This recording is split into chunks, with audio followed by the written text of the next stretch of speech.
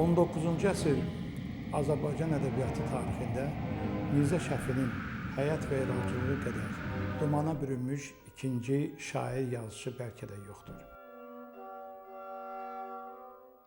Mirzə Şəfi Vazeh qəribə taliyə malik bir şəxsiyyət oldu, sənətkar oldu.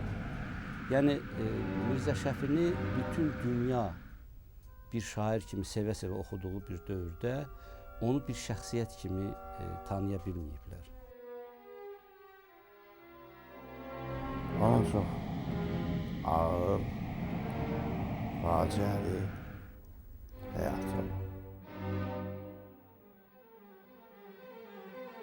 Qəlbimdə yenə sən canlanırsan, ey Gəncəli ustadım. Sənin yanında əyləşib nəğmələrini, Məlahət lisəsini dinləmək istəyirəm. Sənin mənə bəxş etdiyin o ətirli çiçəklərdən gözəl bir çələng gördüm. Sənə şöhrət, qadınlarımıza sevinc gətirmək üçün qarşıma tökdüyün inciləri sapa düzüb səliqəli bir boyunbağı düzəltdim. Ey mənim Gəncəli söz ustadım, Mirzə Şəfi.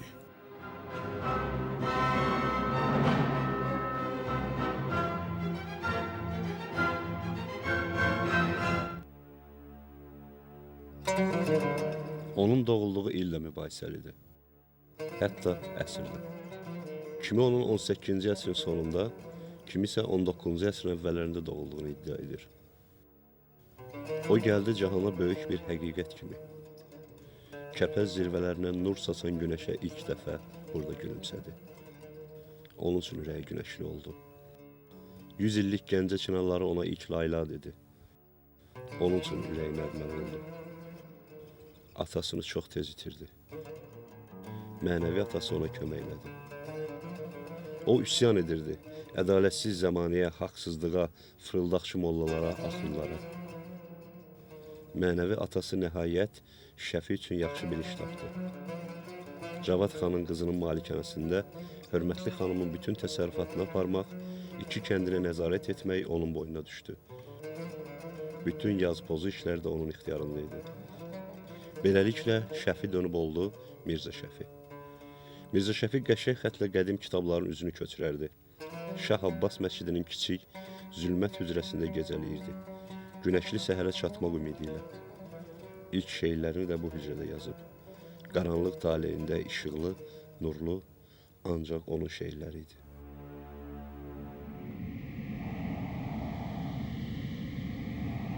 Gəncədə yaşadığı dövrdə Mirzə Şəfi Vazeh öz şeirləri ilə demək olar ki, əgər Tiflis o dövrdə Qafqazın belə deyək, ədəbi-mədəni mərkəzinə çevrilməyə başlayırdısa, Tiflis vasitəsilə bütün Qafqaza yayılırdı və mütəqabil şəkildə bütün şərq ölkələrində Mirzə Şəfinin şairliyi haqqında və bir də xəttatlığı haqqında söhbətlər gedirdi. Eyni zamanda Mirzə Şəfi Gəncədə məktəb açmışdı, ona Mirzə Şəfi hücrəsi deyilirdi və bu məktəb də o dövr üçün yeni bir, belə deyək, addım idi. Şah Abbas məscidinin gün doğan tərəfində 47 hücrədən ibarət olan mədrəsə mövcud olmuşdur ki, mədrəsənin tələbələri əsasən elə bu hücrələrdə qalmışlar. Bundan başqa burada dərs deyən müəllimlərin də bir qismi bu hücrələrdə yaşamışlar. Mədrəsənin qapısı Şah Abbas məscidinin gün doğan tərəfdəki qapısı ilə üzbəüz olmuşdur. Mirzə Şəfi Vazeh 1840-cı ilə qədər bu mədrəsədə dərs demiş və mədrəsədə özünün yaratdığı ədəbi məclis olan Divan-ı Hikmətə də başçılıq etmişdir. Şah Abbas məscidinin nəzdində olan bu mədrəsənin hücrələri 60-cı illərdəki təmir adı ilə tamamilə silinib götürülmüş və o mədrəsədən bugün demək olar ki, heç nə qalmamışdır. 1840-cı ildə oradan mədrəsədən azad edilirlər və işsiz qalandan sonra Mirzə Şəfinin vəziyyəti daha da ağırlaşır və bundan sonra o qərara alır ki, 1840-cı ildə Tiflisə keçmiş tələbəsi Mirzə Fətəli Axundovun yanına getsin və orada onun köməyi ilə iş tapsın. Bax, o vaxt ki, müəllim şagirdliyin hörmətinin nəticəsi olaraq Mirzə Fətəli öz müəlliminə Tiflisdəki gimnaziyadakı müəllim ştatı yerini güzəştə gedir. Mirzə Şəfi artıq Tiflisdə çox məşhur idi və onu o vaxtı dövrünün hafizi adlandırırdılar. Və bir növ Divan-ı Hikmət Ədəbi Məclisi Mirzə Şəfi ilə birlikdə Gəncədən Tiflisə köçür və Tiflisdə fəaliyyətini davam elətdirir. Məsələn, təsəvvür eləyin ki, həmin Divan-ı Hikmət Ədəbi Məclisinin üzvləri içərisində görkəmli şairlər, filosoflar vardı.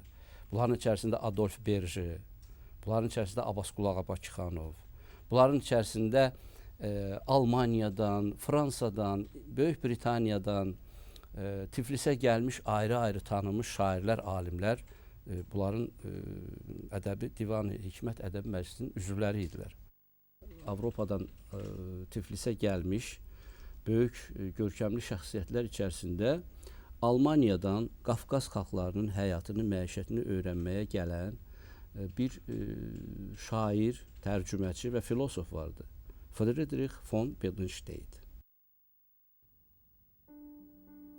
Tiflisə gələndə məni hər şeydən əvvəl müəllim tutmaq məsələsi düşündürürdü ki, tatar dilini öyrənim. Qafqazda yaşayan cəmaatla ünsiyyətdə olmaq üçün bu dili bilmək kifayət eləyirdi. Xoşbəxtlikdən arayıb axtardığım müəllimlərdən ürəyimə yatanı tanınmış xəttat alim Gəncəli Mirzə Şəfi oldu.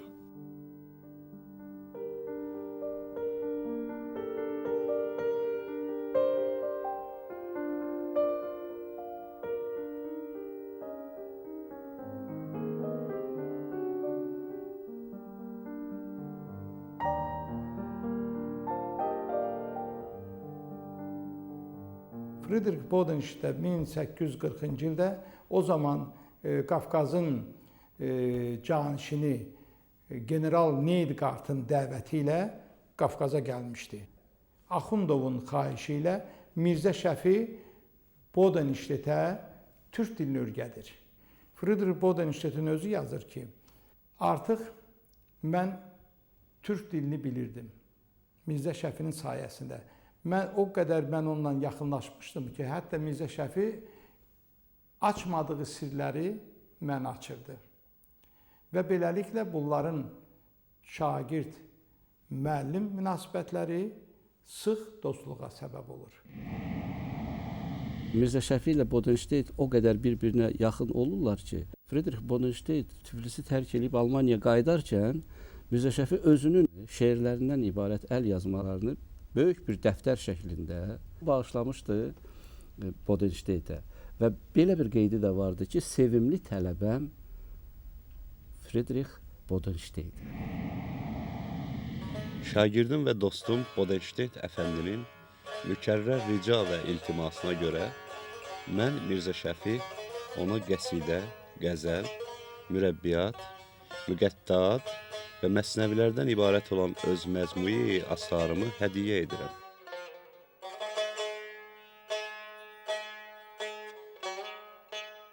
Doqquzuncu ildə Friedrich Bodenstedtin Almaniyaya tam qayıdışından sonra Friedrich Bodenstedt əvvəlcə özünün bir maraqlı kitabını çap edir, bir neçə cildlik. Ein und tausend Tag in Orient. 1001 gün şərqdə. Sonunda da Mirzə Şəfinin şeirlərini tərcümə edib vermişdi. Kitab o qədər böyük müvəffəqiyyət qazanmadı. Amma şeirlər bütün Alman xalqını valeh eləmişdi. Axşam düşür hər yana, ay ürkək-ürkək doğur. Şəfəqlər parça-parça, dalğalar yorğun-yorğun. Məhəbbət ulduzları zülmətdə də saçır nur. Kaş nə oleydi, nə oleydi, daim belə oleydi. Qəlbimdən dalğa-dalğa aşıb daşır şəfəqlər. Gözlərini götür gəl, uçsun dünyadan kədər. Gəl ki hələ gecədir, qaranlıqdır nə qədər. Kaş nə oleydi, nə oleydi, daim belə oleydi. daim belə olaydı.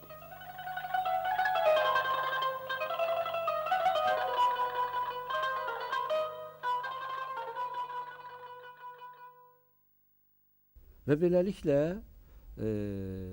Das Lieder das Mirzə Şəfi adlı şeirlər kitabı, Mirzə Şəfinin Nəğmələri adlı şeirlər kitabı meydana gəlir. Və bu kitab 50-ci, 51-ci illərdə ilk nəşrləri bunun çıxır və 51-ci ildən sonra bu kitab, Mirzə Şəfinin Nəğmələri kitabı o qədər şöhrət qazanır ki, bu kitab Berlində demək olar ki, hər il bir yox, bir neçə dəfə nəşr olunmağa başlayır. Bəzən bir ildə 5 dəfə nəşr olunur.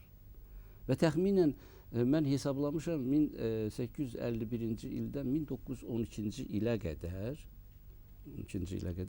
Mirzə Şəfinin Nəğmələri kitabı 300 dəfədən artıq nəşr olunur. Və çox maraqlıdır ki, o dövrdə elə bir sensasiya yaranıb ki, bütün Avropa dillərinə Mirzə Şəfi tərcümə olunmağa başlayır. Tolstoy Alman dilini öyrənirmiş. Müəllimi Almandır. O buna gətirib ki, bu kitabı oxuyun. Baxıb görüb ki, Azərbaycanlıdır. Oxuyub, deyib ki, это прекрасная книга. Mənə qarşı açaravada. Rubinstein, Rachmaninov, Liszt, Grieg, Brahms Mirzə Şəfi şeirlərinə musiqilər bəstələyirdi. Anton Rubinsteinin Mirzə Şəfi şərqlərinin özü kimi bütün dünyanı dolaşan İran nəğmələri adlı romanslar silsiləsi yarandı. Bu silsiləyə 13 romans daxil idi. Bu romanslar hamını öz fəlsəfi dərinliyi, melodik əlvanlığı ilə heyran qoymuşdu. Böyük müğənni Şəlyapin Rubinsteinin bu romanslarını çox sevmiş, ömrünün sonuna dək onları öz repertuarından çıxarmamışdı.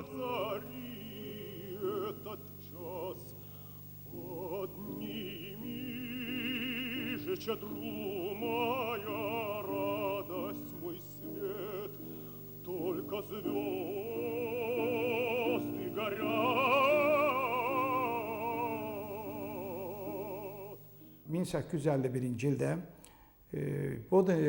Mirzə Şəfi şeirlərini balaca bir kitabça halında buraxmışdır. Orada sırf Mirzə Şəfidən şərq şeirlərindən edilmiş tərcümələr idi. Sonralar isə bu kitabın nəşri artdıqca orada öz filisteyçi əhval-ruhiyyəsində olan şeirləri də əlavə etmişdir.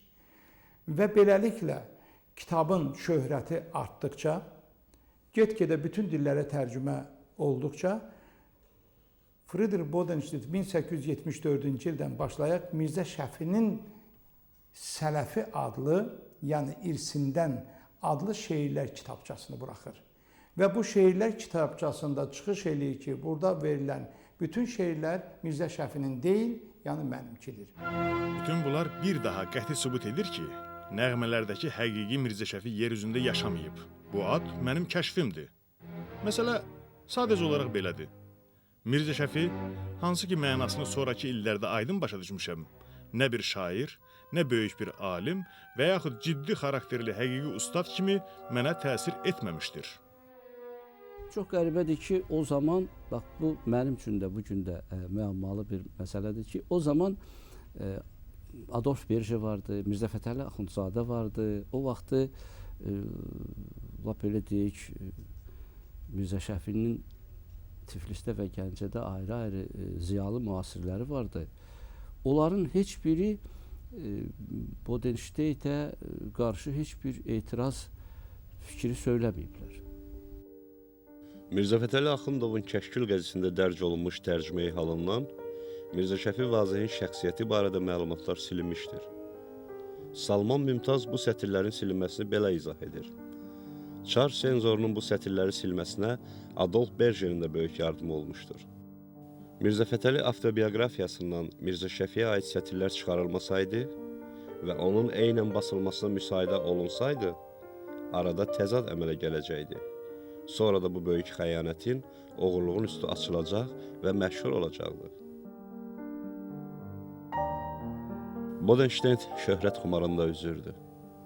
Ancaq tarix öz içində idi. Ən son hökmü zaman özü verəcəkdi. 92-ci ildə vəfat edib Wiesbaden şəhərində və kitabda deyib ki, sinəmi üstə qoyun, mən kitabla birlikdə bastırım.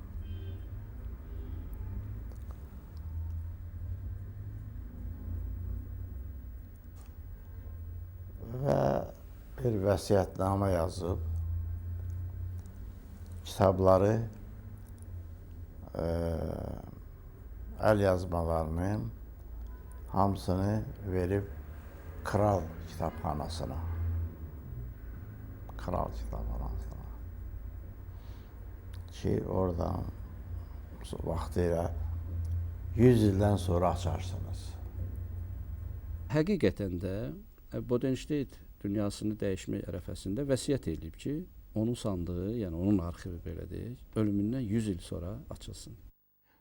Belə bir vəsiyyətnamə yoxdur. Bunu kim uydurub? Bu bilinmir. 20-ci əsrin əvvəllərində ilk qələm təcrübəsinə başlayan ədəbiyyatşünas tənqidçi Əli Əjdər Səyidzadə bu sahədə çox böyük işlər görməyə başlayır və axtarışlar aparır və Mirzə Şəfi Vazeh haqqında çox samballı tədqiqatlar, araşdırmalar aparır. Və Friedrich Bodenstedt ilə Mirzə Şəfi münasibətlərini bir növ o araşdırır, aşkarlayır. Yəni, həm Mirzə Şəfinin o müəlliflik hüququna malik əsərləri, həm də bu əsərlərin bəzi hissələrinin Friedrich von Bodenstedt tərəfindən mənimsənilməsi faktlarını bu plagiatlıq faktı səpkisində, tərcümələrin uğurları səpkisində bütün bunları demək olar ki, Əli Əjdər Səyidzadə araşdırıb üzə çıxarır. Çox maraqlı monoqrafiyalar ortaya qoyub. Bütün bu hadisələrlə bağlı Mikayıl Rəfilinin Mirzə Şəfi Dünya Ədəbiyyatında adlı rus dilində çıxmış monoqrafiyası qeyd olunmalıdır. Sonra akademik Feyzullah Qasımzadənin bu sahədə tədqiqatları çox böyük olub. Və bu sahədə elə Salman Mümtazın özünün, bu sahədə Həmid Araslanın, bu sahədə ümumiyyətlə klassik Azərbaycan ədəbiyyatı ilə məşğul olan bir sıra tanınmış bizim ədəbiyyatşünas alimlərimiz Mirzə Şəfinin həyat və yaradıcılığa maraqlanıb. Bu arada xüsusilə qeyd olunmalıdır mərhum Həmid Məmmədzadənin Mirzə Şəfinin irsi ilə bağlı arxivlərdə apardığı işlər. Tutaq ki, onun Tiflis arxivində Mirzə Şəfinin ayrıca poemasını və bir neçə şeirinin tapılması, Cənnət xanım Nağıyevanın filologiya elmləri doktoru Cənnət xanım Nağıyevanın Mirzə Şəfinin əl yazmaları ilə bağlı tapdığı, yeni üzə çıxartdığı yeni əl yazmalar, yeni tapıntıları və digər, yəni mən burada Aslan Aslanovun, akademik Aslan Aslanovun, filosof Zahid Orucun və başqa alimlərin adlarını çəkə bilərəm. Azərbaycan Sovet ədəbiyyatşünasları digər klassiklərimiz kimi Mirzə Şəfi Vazehin yaradıcılığında da ateizm elementləri tapmağa cəhd edir, onu dinsiz kimi qələmə verirdilər. Bəziləri Mirzə Şəfini sufi şair, bəziləri Mirzə Şəfini Allahsız şair, belə deyək ki, tutaq ki, bəziləri elə meyxana şairi, şərab şairi, gözəllər şairi kimi qəbul edir. Əslində belə deyil, Mirzə Şəfi əvvəla müəllim idi. Müəllim Mirzə Fətəli kimi tələbəni fanatik din xadimi kimi yetişdirə bilməzdi. O dini inkar eləmirdi, fanatizmi inkar eləyirdi, fanatizmi tənqid eləyirdi. Amma din tarixini öyrənən Mirzə Şəfi din tarixini yaxşı bilirdi. Mirzə Şəfi İslamı yaxşı bilirdi. Mirzə Şəfi Vazeh heç də Sovet ədəbiyyatında göstərildiyi kimi dinin əleyhinə çıxmamışdır. Çünki Mirzə təxəllüsünü daşıyan 19-cu əsrin mütəfəkkirlərinin heç birisi dinin əleyhinə olmamışlar. Yalnız dini ad altında və yaxud dindarlıq adı altında müxtəlif riyakarlıqları həyata keçirən insanların hərəkətləri tənqid olunmuşdur ki, bu da çox təbiidir. Sözsüz ki, əgər Mirzə Şəfi Vazeh Şah Abbas məscidinin mədrəsəsində dərs demişdisə, yəni məntiq tələb eləyir ki, dinsiz bir adam, dinin əleyhinə olan bir adam gəlib məsciddə dərs deməzdi.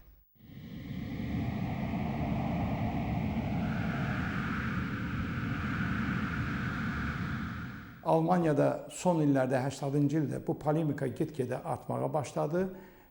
Vaziyetşünaslar, Bodenşünaslar daha doğrusu Almaniyada Johannes Mundek'ti, Leon Nebensal'dı, Zündermeyer'di. Zündermeyer bu barədə, bu problem barədə kitablar yazmağa başladılar, tədqiqat aparmağa başladılar. Zündermeyer'in 1930-cu ildə yazdığı Mirzə Şəfi və Friedrich Bodenstedt yaradıcılığı haqqında yazdığı dissertasiya Kurt Zündermeyer'in yaradıcı dissertasiyada bu ancaq Bodenstedt'in tərəfində durur. Leon Nebensal isə əksinə o ikili xarakter tədqiqatında ikili xarakter fikrini irəli sürür. Johannes Mundek'də məsələ 1971-ci ildə onun Mirzə Şəfi və Bodenstedt Azərbaycan ədəbiyyatşünaslığında adlı kitabında bu məsələ çox kəskin durur. Məsələ o çox təəssüflənir ki, indiyənə qədər Azərbaycanda yaşayıb yaratmış bir insan klassik bir şairin əsərləri özünün müasirləri tərəfindən toplanmayıbdır. Hətta o misal gətirir ki, Axundov Mirzə Şəfinin tələbəsi ola-ola o Vaqiflə maraqlanıb, Vaqifin lirik şeirlərini toplayıb kitabça halında çap etdirib, ancaq öz müəlliminin bu gözəl şeirlərini çap etdirməyibdir, sual işarəsi qoyur. Leon Nebenshal Sevməyə daha çox əsas var adlı məqaləsində yazır. Bütün qabiliyyətini müəllifə xidmət göstərməyə sərf edən mütərcim birdən kəşf edir ki, onun özü də şairdir. Müəllifə qısqanaraq xidmət göstərdiyini özü üçün daxilən aşkar edir. Poeziyanın tərcüməçisi ona şərik çıxmaya bilməz. O mütləq təkmilləşdirən rəqib olmalıdır. Məhz bu rəqabət müstəqil şair kimi bəxti gətirməyən qısqanc Friedrich von Bodenstedtə ömrü boyu əzab vermişdir. Elə həmin rəqabət hissi Bodenstedti 1874-cü ildə geniş əlavələr etməklə öz xoşbəxt rəqibini bir insan kimi məhv etməyə təhrik etmişdir. 1981-ci ildə Mərkəzi Komitənin qərarı verildi və bununla da əlaqədar Mirzə Şəfinin qəbri müəyyənləşdirilsin, Mirzə Şəfinin qəbri abadlaşdırılsın və bunun üçün də bir komissiya yaradılmışdı. Bu komissiya düzdür getdi Tiflisə, Mirzə Şəfinin basırıldığı yeri müəyyənləşdirilmişdi artıq, məlum idi. Axundovun qəbrini müəyyən idi, çünki Axundov belə vəsiyyət etmişdi ki, mən öləndə mənim cinazəmi müəllimin ayaqları altında basırılsın. İndi hər iki böyük ədibin, tələbə və müəllimin cənazəsi, qəbirləri daha doğrusu Tiflisdə, Botanik bağda oradadır. İndinin özündə də hal-hazırda orada mühafizə olunur bu qəbirlər.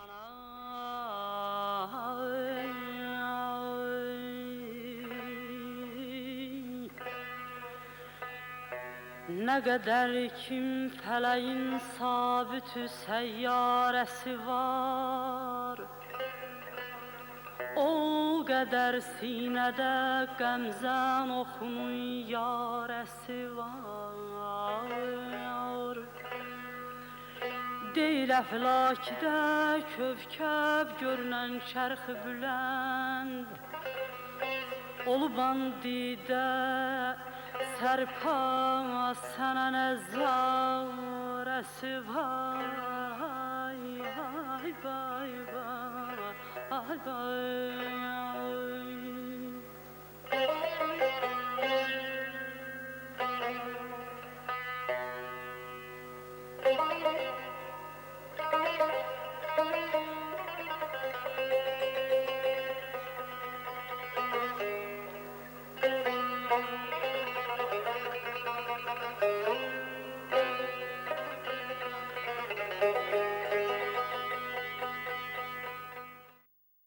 Bəlkə bugün doğrudan da Bodenstedtin arxivində Mirzə Şəfinin dəftəri durur. Niyə də durmasın? Yenə də deyirəm, almanlar belə şeydə çox həssaslar, dəqiqlər. Bu axtarışlar aparılmalıdır. Bizi yandıran odur ki, Azərbaycan dilində olan şeirləri biz tapa bilmirik. Tiflisdən bir neçə əl yazması tapıldı. Amma O yaradıcılığı böyük bir romandır. Ondan biz bir iki damcı tapdıq. Onu ancaq Bodenstedt yaşadıb. Əgər Bodenstedtdə olmasaydı, Mirzə Şəfidən söhbət gedə bilməzdi. Bu mənada artıq deməsi ki, mən Mirzə Şəfi adlı bir şəxsiyyət yoxdur. Mirzə Şəfi mənəm, bu mənim ləqəbimdir. Bu Bodenstedtin müvəffəqiyyətdən baş gicəllənməsi idi. Yəni 78-ci ildən ömrünün axırına qədərki dövr ərzində, 5-10 il ərzində bu Bodenstedtin bir növ şöhrətə aludə olmasından, şöhrətpərəstliyindən doğan elementdir. Mən bunu Bodenstedtə bağışlayıram. Onun inamına görə həqiqət və nəzibliyə aparan ən böyük qüvvə məhəbbətdir. Sevgisiz insan, günəşsiz gün, ətirsiz gül, barsız ağacdır. Bu dünyadakı hadisələrin müxtəlifliyi xeyir və şərin mübarizəsinin nəticəsi olsa da, mahiyyətcə mənin sevgisi sənə qurban gətiriləndə bu dünyanın sırf zahiri təzahürləri daha dərindən dərk edilir. Yalnız sevən adam həqiqətən yaşayır. Kim sevmirsə əslində yaşamır, miskin həyat sürür. Lakin ədəbi həqiqət səhv də yozula bilər və bunun nəticəsində ədalətsiz, insafsız əməllər törəyə bilər. Mirzə Şəfi məhz bu barədə xəbərdarlıq edir, bundan ötəri narahat olurdu.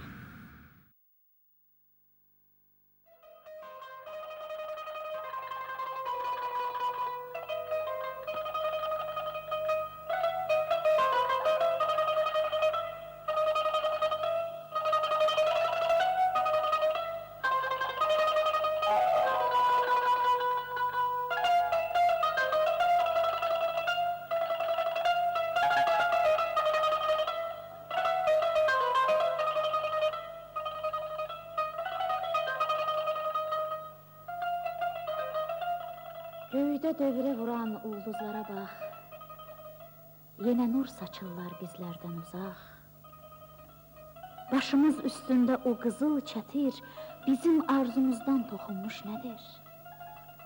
Durub, bir-birindən uzaqda yanar, gah batar, gah da ki sayrışar onlar. Qəmli dursalar da səmada titrək, onlar da birləşər bir vaxt. Bizim tek.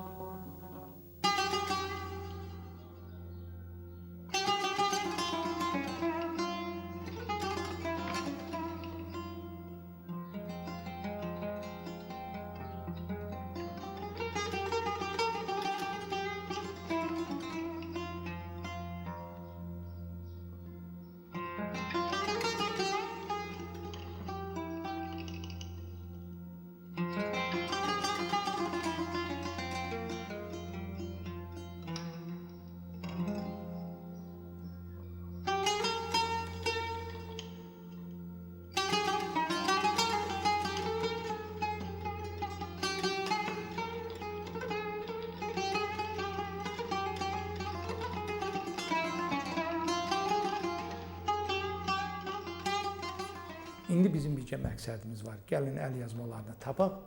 Görək bu əl yazmaları bunundur. Bodenstedt tapaq. Ağılların açarı öz ki yazır. Mənə 2 dəftər, o dəftərlər tapılmalıdır. Dəftər.